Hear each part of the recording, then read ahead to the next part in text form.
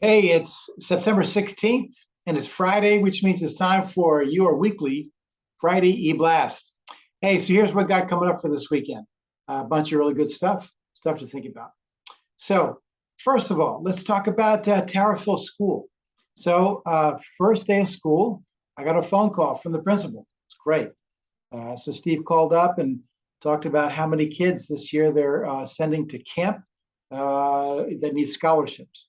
The camp now for them is in the fall. And so there were 4 or 12 scholarships they needed. And so we were able to give them four. I gave them each scholarship was $250. We had $1,000 left over from various fundraisers we've done for them. So we had $1,000. It was really great to be able to just like write a check, send four kids to camp who couldn't go otherwise. Scholarship by you guys. So thanks so much for that. It's fantastic.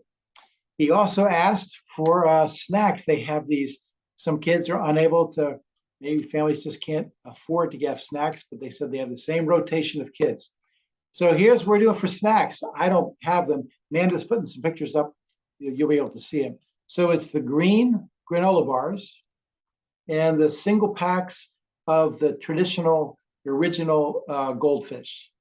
And if we get, you can't go outside of the green, granola bars that we give, oat and honey, I think they're called, whatever, because they're the ones that don't have any nut stuff going on. And even for people that have some things, that's why they use the goldfish. So we need about 200, not the big boxes like we did before. And we ran the school and they had to built a new building just to put granola bars in. But just, if we get 200 bars, and those goldfish. So if you're at Costco, get a bunch of, buy some bars. If you're at Big Y, Stop and Shop, get some bars. We're going to collect this week. We want to turn them in by Friday to give those kids those snacks. So that's an easy one. A really nice thing. It keeps our relationship with the school. I love the fact that now at this point we have such a good relationship with the school that they just call us and tell us what's going on, and it's a really good thing. Okay. Coming up on Saturday at 5 o'clock, it looks like we have pretty good weather. And that's going to be our monthly kind of like, it's kind of like a barbecue, Eucharist church service. Families with kids come, but you don't have to be a family with kids to come. So we're making that an intergenerational thing. We do have an actual service outdoors with a table and Eucharistic elements and the whole deal. And we talk about the gospel. And last time we did it was great because the kids who are very familiar with it now, they just had lots of prayer requests and Thanksgivings. Fantastic. So that is Saturday at 5. Saturday at 5, right up on top of the little green hill here above the parking lot. So that's Saturday at 5. That's a real service. It's an actual Eucharistic service. So it isn't like sort of a service. It's the real deal. It's if we do it a little bit differently. So invite some friends, some people with kids. Invite them to come along too. So that's Saturday at 5. Then Sunday morning, we go back to 2 services. The early show is at 8, and then the next service is at 9:15. 9:15, 8 and 9:15, and then immediately following the service, we have a program.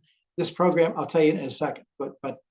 So we do all this. We kind of put this together so that people can come to a service, and then right afterwards, we can have time for fellowship and actually do some discipleship.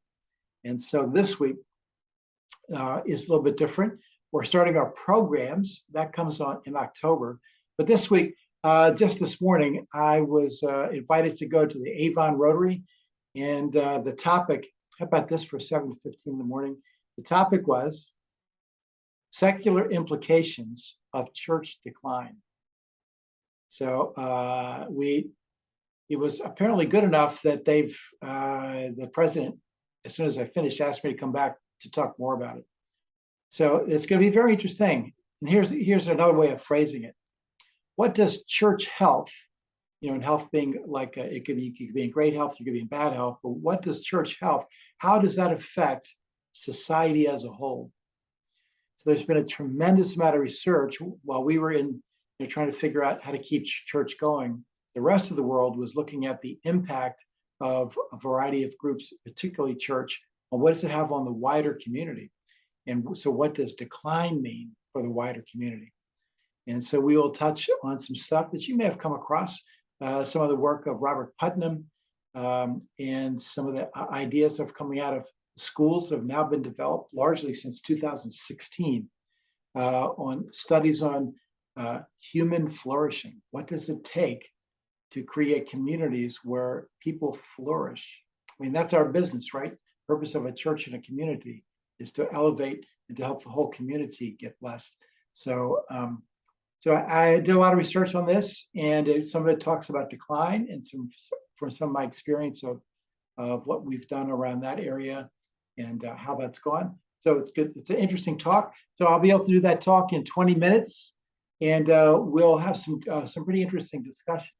It's got huge implications, including, here's one, is how do children form a sense of an inclination to do good or to do things for other people? That's a very easy way or simple way of putting it. But what is it, that inner voice? How do we build up that inner voice within kids so that kids have a real sense of how to serve others, or how to make moral choices? So it's not just like learning commandments.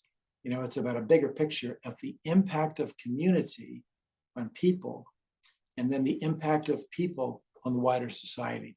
So it's a really interesting thing. So if you're interested in that, I got invited to come and do that here too. So that'll be Sunday. It's a short presentation, 20 minutes, and then we have time for questions and answers. And so I'm fascinated that a non-church group, Rotary, asked me to come back because they want to talk about what are the implications and what should we be doing as Rotary. I'll be curious to see what churches think of the same thing. So anyway, so that's what we got going on Sunday after church. So Saturday night, Saturday at 5, we got the outdoor Eucharist, sometimes called ice cream church, barbecue church. It's actually just a really nice way of doing church in community. And then Sunday morning, we have the 8 o'clock. And then Sunday morning, we have the 9:15. And immediately following the service, we'll have some coffee and time for some fellowship and community building, just checking in with each other, as well as an interesting topic to talk about. Coming up in October, we're going to have 2 tracks. In October, what we're offering is one track, which is going to be a course. It's really from the book of Mark, but it's a course on like basic Christianity. Who should be going to a class like that? Well, if you're a grandparent and it's going to be your job to kind of help your kids kind of get what does it mean to be a Christian and to raise your kids and be the faith input for your family, you really have to know what the basics of Christianity really are.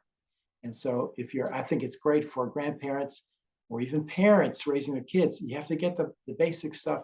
What is Jesus all about, really? And so this is a great way to do that. If you are a person who, in your place of discipleship, you know that you're supposed to be helping other people become disciples, you got to know the basic stuff, and you have to have a way to introduce that to others. So if you're at a place in your discipleship where you understand it, you have a responsibility. Jesus said, go and make disciples. Okay, if you know how to do that, you should be taking the second track. But if you're not sure how to do that, man, this would be a great class for you. And 2, you kind of grew up all over different places. You went to church, you didn't go to church, and you never really kind of got the full picture of what Jesus was really talking about. I mean, really, you got pieces of it, but you're looking for the big picture.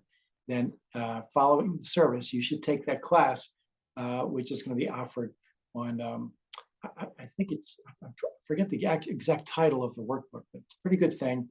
I got that from another church that was using that as their kind of like first line of here's the first thing we do when we invite people into church. So that's going on. The second part of the service will be for people who are really already have those basics down, but they're saying, okay, so what is God saying to me right now, particularly in the scriptures we heard about in church. In church, we hear really 4 readings.